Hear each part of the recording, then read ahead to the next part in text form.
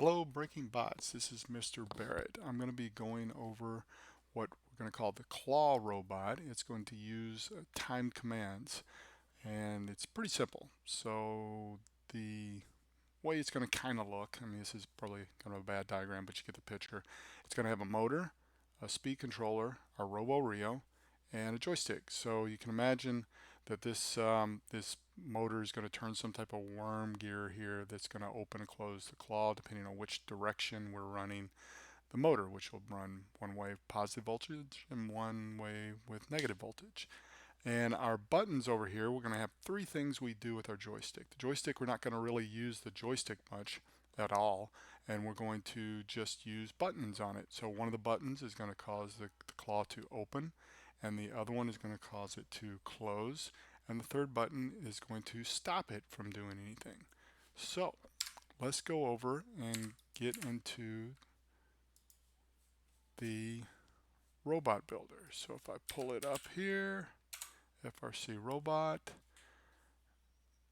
pull this out to the center, and we're going to, thing always has to be resized, do a new. And when you do new, let's give it a good name like Clawbot, and put in your team number 5196, create the project. Okay, so let's look and make sure everything's good here. We got Clawbot as a name, which is what we called it. Make sure you got your export directory where you want it to go. My projects, this is where the Java is going to get stored. I'll go into this FRC projects under this path. So I like that. Everything else in there looks okay. And so now we're ready to build our robot. So every time we add something new, we're going to kind of create a subsystem for it, much like we created the drive subsystem in the last video.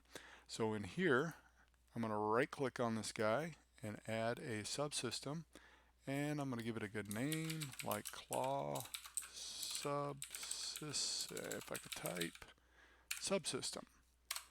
All right, and the claw subsystem is going to need a single, we're going to control one motor, so we need an actuator, a speed controller right here. So add speed controller by right clicking on that, and let's call it claw controller, and we'll use a Talon, and it's on PWM 0 like the diagram was showing. So that's going to be our single control for this to open and close our claw. So the next thing we need going down the list is a joystick to control it. So we'll call this one, we call in the last one, our drive subsystem, the drive stick, and we'll call this one the claw joystick. And it's going to be our 0th one. If we had multiple joysticks, we would just keep adding till we got the number of joysticks we had. Normally we have on our robot, normally we have 2, 0 and 1 slots, so we'll just use the 0 slot for now. Now we're not going to be doing the joystick, we're going to be using the joystick, we're going to be using buttons to control this. So if I add a joystick button, you saw what I did there, right click and pull down, and we're going to call this our open claw button. And we don't have a command to run when this is pressed, and that's another thing you need to do. Go to the when to run this and say when it's pressed. So there's no command yet, and it's on button number 1. So go through that. I kind of did that a little out of order. Name your the joystick, put it on the button, button 1. No command to add right now, and we want to do it when pressed. The other two options are while held or when released. And we're going to be doing a time command, so we want to push this and it's going to run for a period of time and then stop. So now let's go and add all of our other buttons. We've got a close, claw button, put that on button number 2, and we're going to also do that when pressed.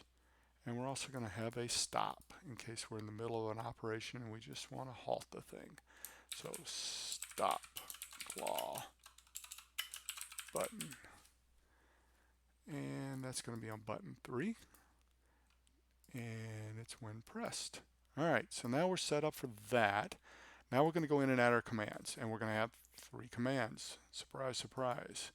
So here's where things are a little different. If you go and look under here, there's a command which we used last time for the drive subsystem, But for this, we're going to use a time command. So go down and add time command, and you see now there's a parameter in here called timeout. And I'll get to that in a second. So let's call this our open claw command. And this is important. This requires, we need to pull this down and say this thing requires the claw subsystem. And I'll explain that here in just a minute. Just trust me and do that for now. And it takes a timeout value, and that's it for there. So now let's go back and go ahead and make this red, which tells us we got a problem. Let's try to change that. And sure enough, we got our open claw command. So now when I press the open claw button, which is joystick button 1, it's going to execute this command. It's going to pass this timeout to that command, and we're going to tell it how long we want it to time out here. This is in seconds. So we'll say, yeah, let's say 2 seconds. All right, when pressed, so good. Now we're going to add a close timed command. Call it close claw command. And it requires the claw subsystem. And I'll go back up here and I'm going to add that here to the close. So now the close button 2 is going to close for 2 seconds. Oops. Save and close. Okay, so back to this this requires. So this is kind of it's important when you have time commands, especially when you have commands that only one of them can operate at a time. So if you think about a claw, you can't simultaneously open and close it. You have to be opening or closing. You can't be doing both. So when you say requires on a time command, what that's going to do is if, say, open is running, and it's now it owns the claw subsystem, so it's opening it up, and then say no, I don't want to open, and now I hit the close button.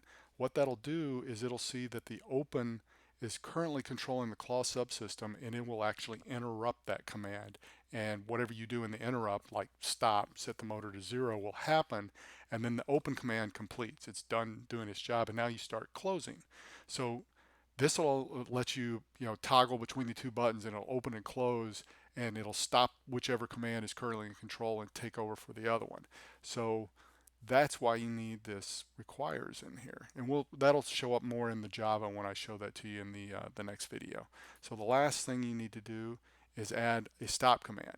So I'm not going to make this a time command because stop really doesn't have a time duration to it, right? You open for a period of time, but stop is just instant, right? You stop, you set the motor to 0. So instead of a time command here, I'm just going to add regular command, and we'll call this stop claw command and make it require the claw subsystem. And I'll go up here and put that on there. And notice that there's no timeout here because it's not a time command. So the other ones had timeout values to them. Stop is just a regular command. So let's go through it real quick to make sure we've got everything. We got one subsystem here, the claw subsystem. There's no default command. It's just sitting there waiting for buttons to be pressed. We got a controller, the Talon, hooked up into PWM 0 slot. It's going to run our motor. We got a joystick called claw joystick that's got 3 buttons. An open, calls the open claw command with a timeout of 2, and it does its action when pressed. Close the same way, except it's calling the close claw command.